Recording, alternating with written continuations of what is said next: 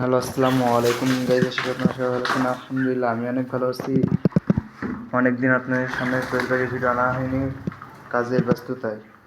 আজকে কোয়েল পাখির ঘর সুন্দর করে পরিষ্কার করলাম।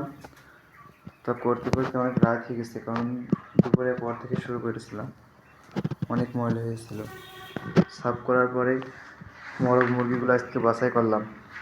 যেমন এখানে সবগুলো মুরগি সব একসাথে নিয়ে যে আমার একটি খাঁচার ঘর আছে, তার ভিতরে রেখে দিয়েছিলাম। ওর ভিতর থেকে মুরগিগুলো সব নিয়ে চলে আসলাম আর মোরগগুলো রেখে দিয়েছিলাম।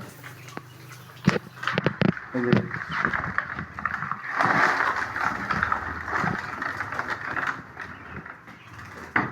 আমি 300 পিস কোয়েল পাখি কিনেছিলাম, আপনারা তো সবাই জানেন।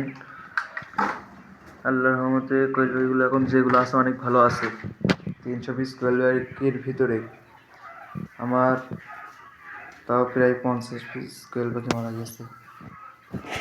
এখানে 150 পিস, 143 পিস মুরগি আছে, আর তাছাড়া মোরগ খেয়েছে 100 পিস মতন, আর 50টা মতন মারা গেছে। যেহেতু নতুন খামারি ম্যানেজমেন্ট করতে পারিনি ভালো করে, এজন্য মারা গেছে।